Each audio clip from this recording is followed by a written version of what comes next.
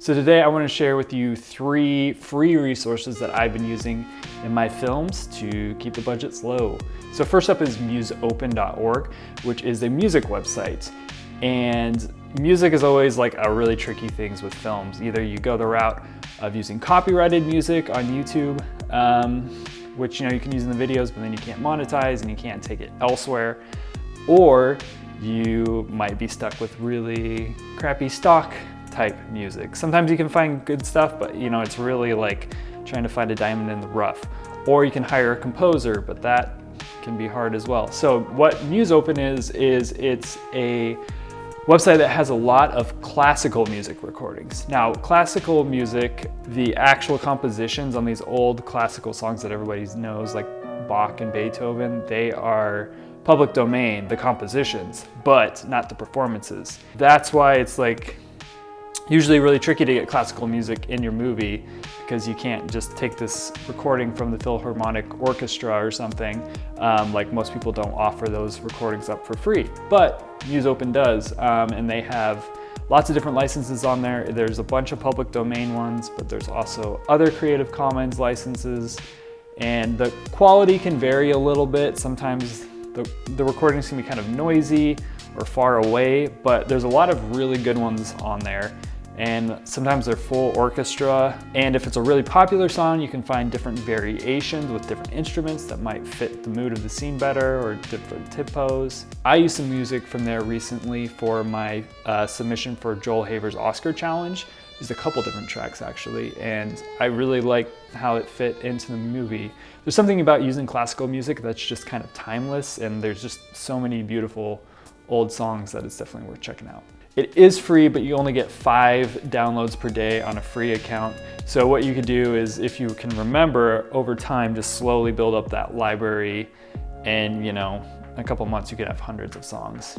So next up is Shadow Map, and this is going to be a resource for lighting. With lighting on no budget productions, a lot of times people don't use lights at all. They're just using the sun and practicals.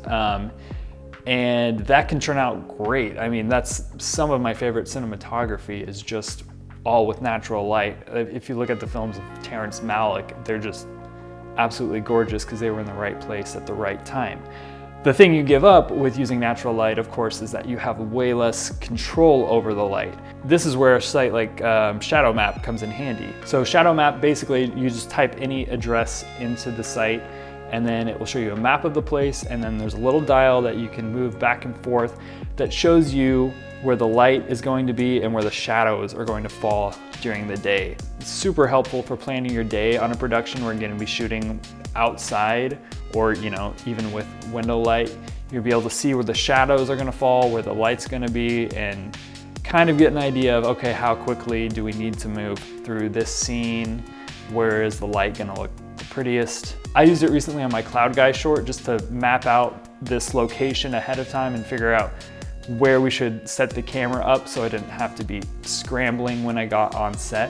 Now, the free version is kind of limited. You don't get to see a satellite view that will help you, like see actual trees and stuff if you're going to be shooting in a park. So what you could do instead is, pull up Google Maps and the satellite view, and then pull up Shadow Map, put them side by side, and then try to kind of make a composite in your head. And last is Obscura, and this is a really handy site for location scouting. So I love looking for just beautiful, weird locations that are like outside, and this site is perfect for that kind of thing. So they self-describe as, I think, a place to find the hidden wonders of the world or something, and that's pretty accurate. There's thousands of locations on this website all across the world. So if you just go to the Places tab and then type in your state, or just look at the map of the US, there is going to be hundreds of locations on there. And a lot of them might be right in your backyard, or just an hour or so away. Up here in Washington, we've got our own Stonehenge replica, we've got ghost towns, we even got this town that's transformed itself into a Bavarian village. Those all sound like really awesome locations for a film. So I would highly recommend checking that site out and just see if there's anything there that sparks an idea for a location for a film, or for a scene for a film.